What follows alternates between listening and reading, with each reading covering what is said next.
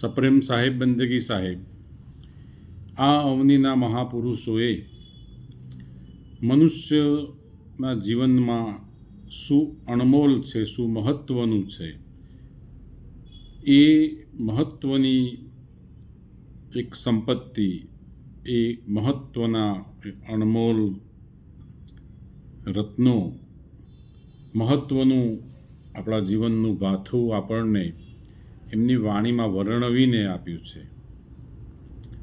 કચ્છમાં નખત્રાણા બાજુ ભારાપર ગામમાં વર્ષો પૂર્વે તિલક સાહેબ થયા. એ તિલક સાહેબે પણ એમની વાણીમાં બહુ સુંદર છણાવટ કરીને ગાયા, ખોમાં હિરલો હાથથી આવો અવસર તને પાછો નહીં મળે, ખોઈ બેઠો બંદા હાથથી માથે ત્રિવિધિના તાપ ચલે.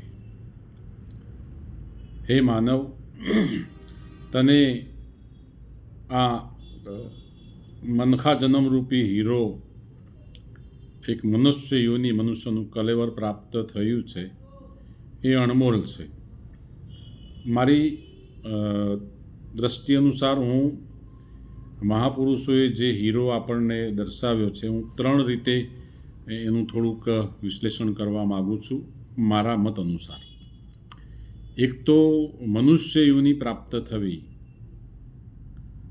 માનવ જન્મ અનૂપ હૈ, કબીર સાહેબે કીધું, આવે ન દૂજી બાર, પક્કા ફલ ગીરી પડે બહુરી ન લાગે ડાર, બંદે તું કર બંદગી તબ પાવે દીદાર, અવસર માનવ જન્મ કા ફેર ન બારંબાર.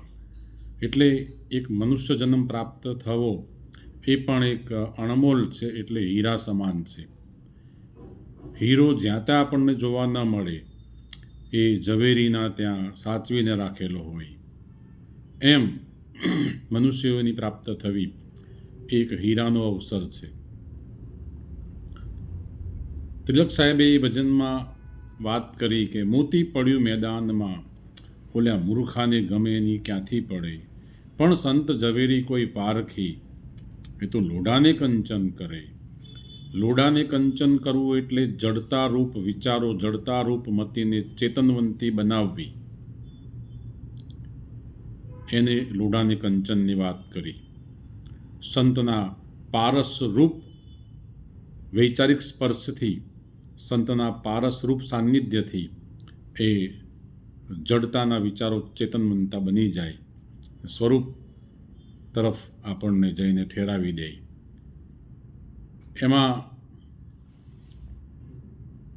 એક તો મનુષ્ય યોની પ્રાપ્ત થવી એ હિરલો. બીજું, દેહ અને આત્મા વચ્ચેનું જોડાણ જે છે એ શ્વાસા, એ પણ અણમોલ છે. આપણને ઘણીવાર કોઈની મિલકત જોઈને એમ થાય કે મારી પાસે કેમ આટલી નથી, કોઈની પદ પ્રતિષ્ઠા સંપત્તિ વગેરે વગેરે વગેરે જોઈને એમ થાય કે મારી પાસે કેમ આ બધું નથી. પણ ક્ષણ માત્ર માટે ભીતરમાં ઊંડા ઉતરીને જોઈ લઈએ કે મને જે શ્વાસા પ્રાપ્ત છે, એ શ્વાસા આ સામે દેખાય છે બધી સંપત્તિને વેચી, ગીરો મૂકીને વેચી દેવામાં આવે તો એ શ્વાસા મને પ્રાપ્ત થાય એમ છે? તો જવાબમાં આવે છે ના.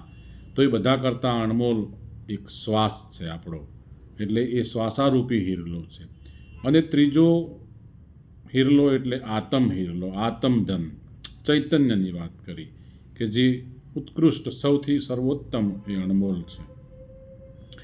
એમાં જ્યારે મનખારૂપી જન્મ એડે જતો જોયા પછી સવારામ બાપા પણ એમણે પણ એક એમની વાણીમાં વાત કરી, પારખ વિના પડ્યો રહ્યો હીરો હાટની બહાર, પલ પલ આવે પગ તળે પણ ગામમાં બધા ગમાર. કોઈ એને હીરાને પારખતું નથી, પગ તળે કચડાય છે.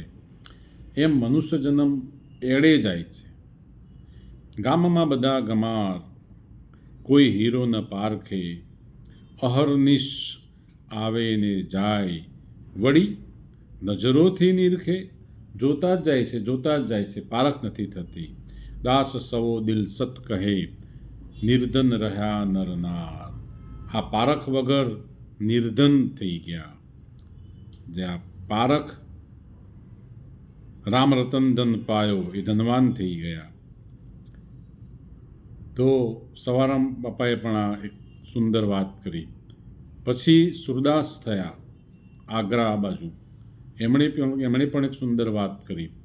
હીરાસો જન્મ તુને વર્થા ગવાયો, ના સતસંગ કીનો ના હરી ગુણ ગાયો, અબ જનની તોરી ફિર ક્યાં જનેગી, અબ ના બની તો ફિર ક્યાં બનેગી. એમણે પણ કીધું કે હવે જે આરે અવસરમાં જાણે સતગુરુ સેવ્યા, વસ્તુ તો દેહમાં દર્શાવી, આ દેહની અંદર હીરો દર્શાવી દીધો. એ વાત સુરદાસ મહાત્માએ પણ કરી. કબીર સાહેબ પણ એક સુંદર વાત કરે છે. સમજ સમજ મન સહી, આતમ હિરલો જાતો રહેશે મારા ભાઈ, સમજ સમજ મન સહી, આતમ હિરલો જાતો રહેશે મારા ભાઈ. શ્વાસા એક આવે છે, એ આખું આયુષ્ય એક અસ્તિત્વ લઈને આવે છે, ને શ્વાસા છૂટે છે એ સામે મૃત્યુ બતાવે છે. શ્વાસા છૂટી ગયા પછી એ શ્વાસા આવન હો કે ના હોય, એ શ્વાસા પાછી આવશે કે નહીં એની ખબર નથી. એટલે તો કીધું કર શ્વાસા કી સુમરણી, કર જમ પાકો જાપ પરમ તત્વ કો ધ્યાન ધર તો સોહંગ આપો આપ.